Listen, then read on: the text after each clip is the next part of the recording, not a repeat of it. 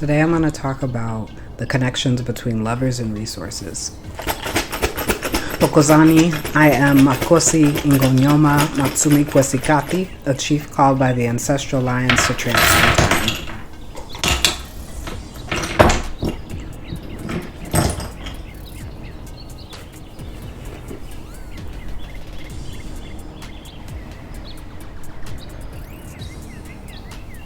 So the key and the goal regarding resources for lovers. So as a Sangoma, a South African traditional healer, Yebo in Zulu means yes. And so you will hear the fullness of who I am and the spirits who walk with me in the Yebo, saying yes. Yebo, responding to the words that I am weaving Yebo from them. It is Yebo. It's a very similar concept to speaking in tongues. Yebo, from a Pentecostal context. So the key Yebo, the key to multiplicitous relationships. So I am speaking about non-monogamy, polyamory, agreements, intimacy, deep platonic, intimate friendships, friendships across family, the types of relationships that you have with your cousins, not romantic, not sexual, but the intimacy that happens in a village. Yebo. And that intimacy that happens across a village is a way to gather resources. Yebo, is a way to collect knowledge together and to share. Yebo. It allows us to be close to our dead. It allows us to be close to the versions of ourselves that we have shed. It allows us to be close to the stories that have been passed down. When we create villages, our villages are our wealth. They are our wellness. They are our sovereignty. Yebo.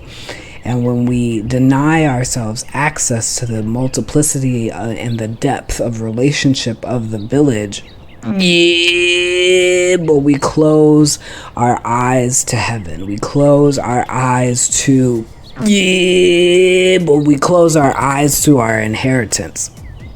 We close our eyes to the children who are coming in to make something better for this world that is currently on fire. Yebo.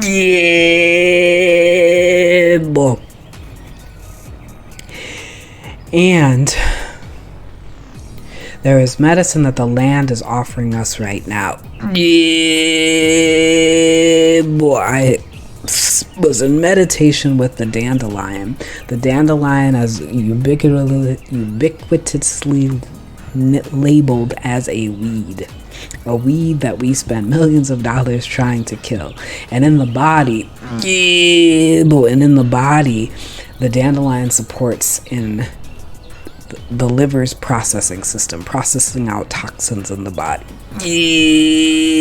Dandelion leaves in particular, the bitterness of the dandelion leaves, from a traditional Chinese medicine perspective. And for me, I really learned this lesson.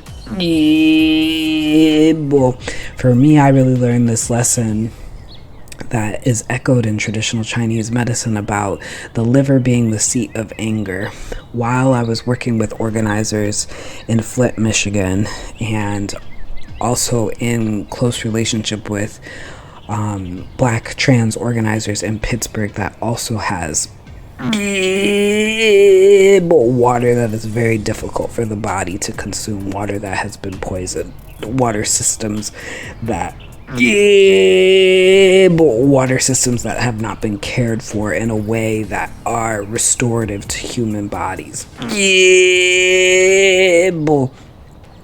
And I learned that to be close to this water that is so sick also made the organizers quick to be angry with each other. And in my own practices around non-monogamy and loving deeply and open relating, I have soothed within myself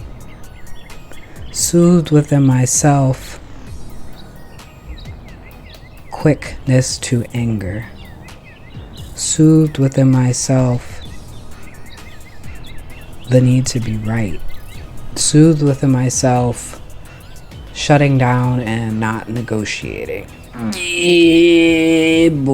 this has opened me up to also a village within myself, an understanding of the multiplicity of myself.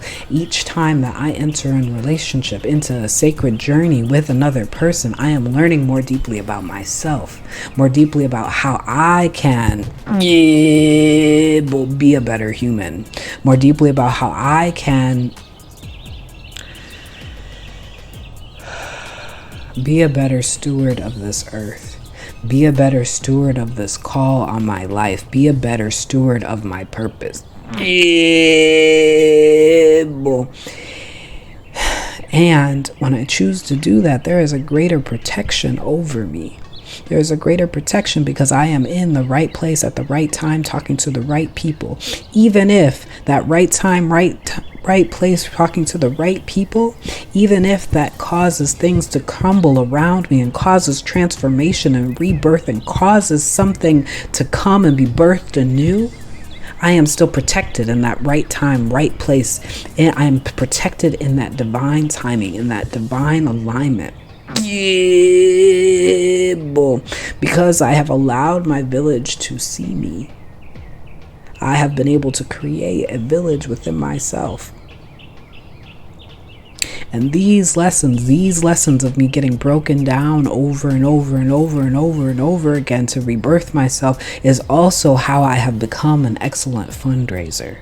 It is also how I have learned to see the patterns of the divine alignment, of the call on my life, of the anointing on my life, so I could see and understand the symbols that God is putting in front of me, the symbols that the Most High is putting in front of me, the symbols that my ancestors are putting in front of me.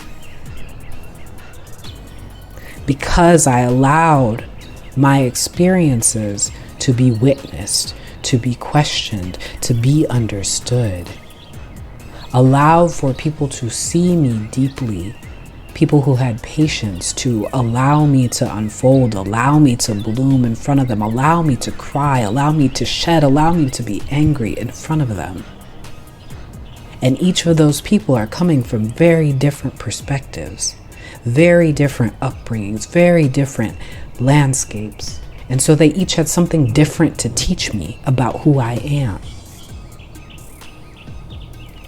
And so in what ways are we hiding parts of ourselves because we are ashamed, because we are afraid, because we have been let down before, because we're feeling suspicious of the ways that things outside of us may hurt us?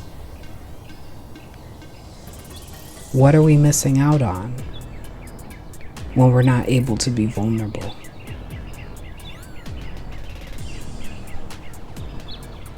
I'd like to invite us to spend some time as the dandelions are outside, sitting with the dandelion, just at a park, chilling, and seeing what thoughts come up. Asking the question, how can I be a more vulnerable human? And how can that support the village that I'm cultivating?